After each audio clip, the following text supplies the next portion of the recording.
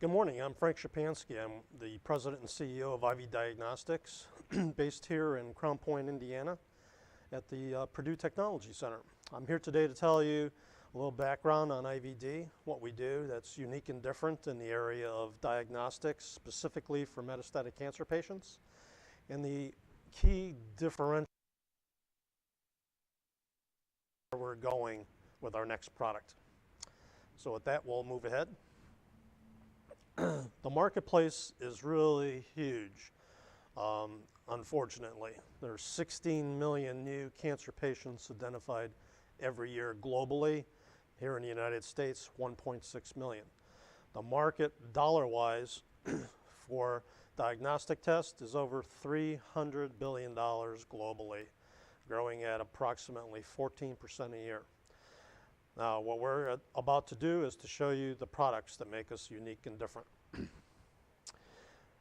To take a one step back, this slide illustrates the modalities that are used by physicians today to detect solid tumors, but not microscopic cancer cells. What makes us different is we don't wait for metastatic cancer to form in another part of the body. We identify what we call the CTCs, circulating tumor cells, that these imaging systems, such as CAT scans, PET scans, bone scans, cannot find. The difference in size is that a solid tumor, these imaging systems can actually go down to 1 millimeter, which you can see with your naked eye. But a circulating tumor cell can be very small, between 2 and 30 microns in size, which are usually only detectable by a microscope. So what we've done uniquely different is we actually have two ways, right, to identify circulating tumor cells. We've created an in vitro test. And if you imagine a vial of blood, it's about 10 ml. It's filled with many different types of cells: red blood cells, white blood cells, leukocytes, cancer cells. The trick is to quickly separate the ones that are not cancerous. So we've designed a way to do this in vitro using the blood sample. And within seconds,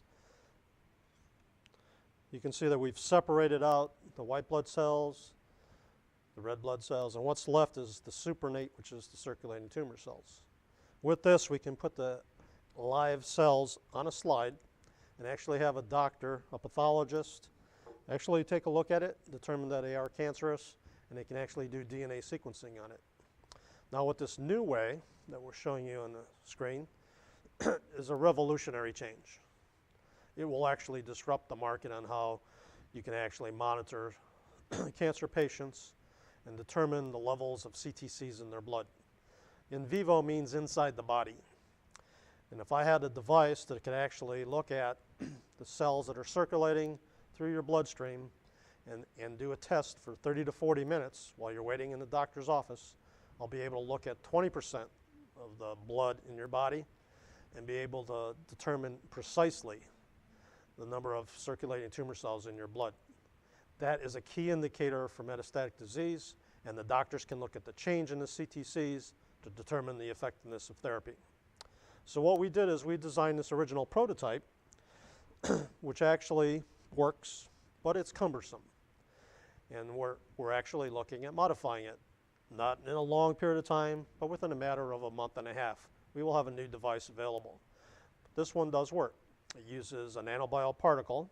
And nanobial particles come in different forms. They can be lyophilized powder form. In this little amber tube, I have 100 micrograms worth of our proprietary nano reagent. And they can perform between 10 and 20 tests, which is really quite good. So we can ship this around the world and offer it to laboratories and physicians as readily as if they were here in the Midwest. So that's a key ingredient, the nanobioparticle. The overall platform uses 5 sciences: biology, chemistry, physics, systems integration, software engineering. And so what we're doing is we're redesigning this. It's being redesigned so it can be a handheld device.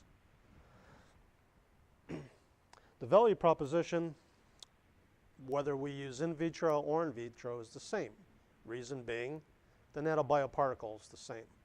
But what the current test in the marketplace, like CA125, which is used for ovarian, or CA2729, which is typically used for breast cancer, they do not emphatically measure any circulating tumor cells. What they do is they look at antigens as an indicator of whether the patient has cancer. So you have 50 to 60% false positives and negatives that can be eliminated with our precise test. Other differentiation is our nanobioparticle is non-toxic. So we believe that unless you really need it, why induce chemicals that are toxic into the body?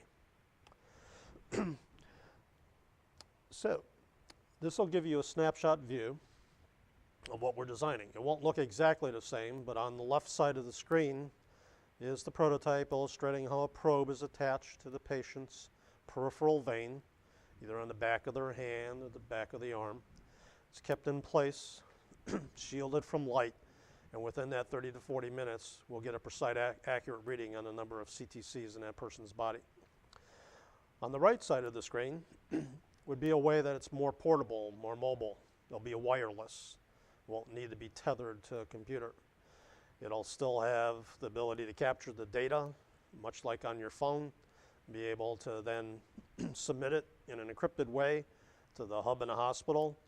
And if you really think about stretching it out a few years, there isn't any reason why a patient couldn't actually scan themselves once they followed the instructions. But for initial introduction, it will be an oncologist office than in hospitals. So if we were to scope out what's the size of the market, and if you take a look at the 16 million new cancer patients, right, per year, and you look at an average lifespan of 5 years following their treatment, assuming that they are in fact metastatic and have gone on to either stage 2, 3, or 4, you'll find that what we really have is a survival base of 80 million cancer patients. Our target is 8 million of them. So in a short period of time, say within 3 to 4 years, we could ship 2 million of these devices globally per year and reach a base of about 8 million cancer patients.